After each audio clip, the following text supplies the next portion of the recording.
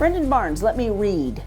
Your work is about recapturing a sense of wonder present in childhood. So take me back to the little Brendan. I mean, I think there's records of me in kindergarten wanting to be an artist, so like it's been kind of like the lifelong mission or goal, you know, to be an artist. And I think things really kind of took off in college. My work kind of progressed and rapidly like took off, you know, starting freshman year in college. So. What gave you that decision to study art in college? I'm a big skier, and so like I was kind of torn between going to like Bozeman, Montana to ski or art school, and then the deciding factor was really just the scholarship money that they gave me. So it was affordable and it was what I wanted to do. So it was hard to give up a ski, you know, life, but I'm glad I did. So.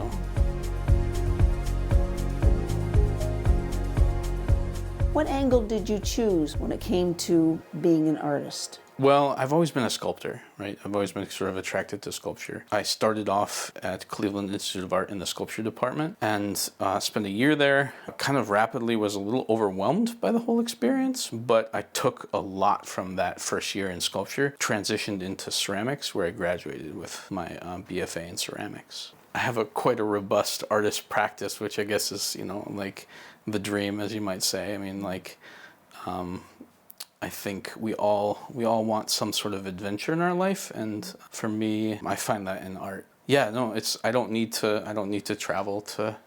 Travel's great, but I don't need to go adventures elsewhere. My adventures are here. So, describe your art today. It's ever evolving, steeped in a kind of contemplative practice, and that's a hard thing to define, but that's really what I've discovered is what I do. Talk a little bit about color and form in your choice. Vibrant colors tend to be what works for what I'm going for. When I was in college, one of the professors joked with me. He was like, you don't use color, you use like tones, right? Because I just would use the natural like, color of the object. There was a little bit of the history of the work, and the transition from 3D to 2D was working at an adult foster care place. Current job is working at the ARC. It's a homeless shelter for youth, right? So I've been in social work as kind of my day job for a while.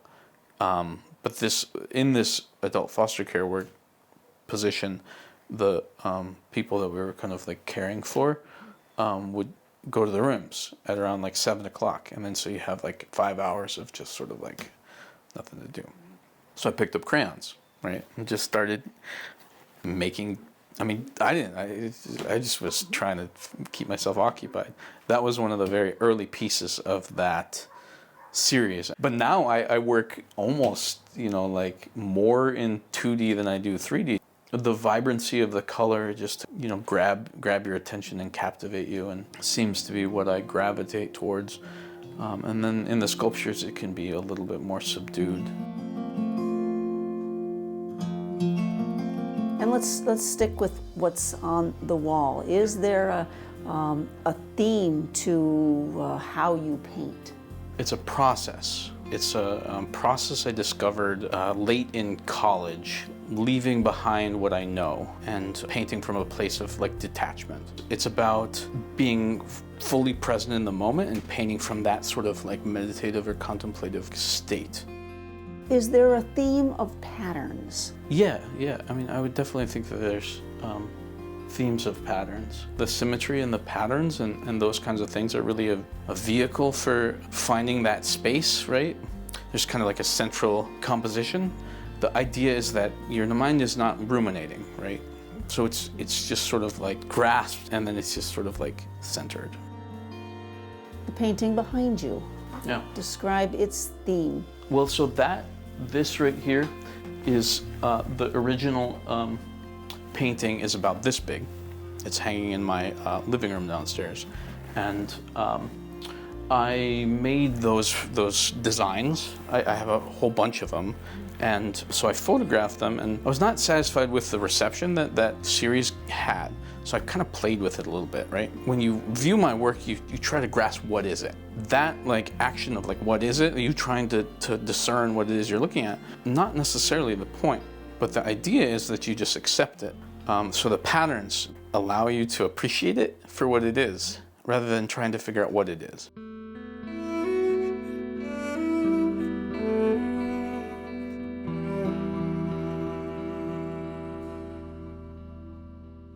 Tell me about your array of ceramics. Those are titled Speaking Stones.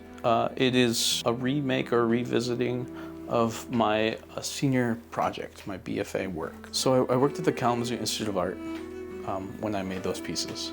And I've been kind of like in and out of there working and volunteering, and I was a resident there as well too for a while. So like most of the sculptures, that's the studio I use.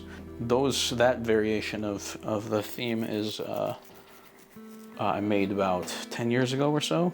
They are an air pocket in clay. So it behaves erratically, it behaves on its own accord. It doesn't have any sort of like, you can't control it. And so that was sort of like this was a very big jumping off point for me, because you can't control it. It's not a product of my mind, right? And so it's a natural object. It's rather than a man-made object. And then the divots there are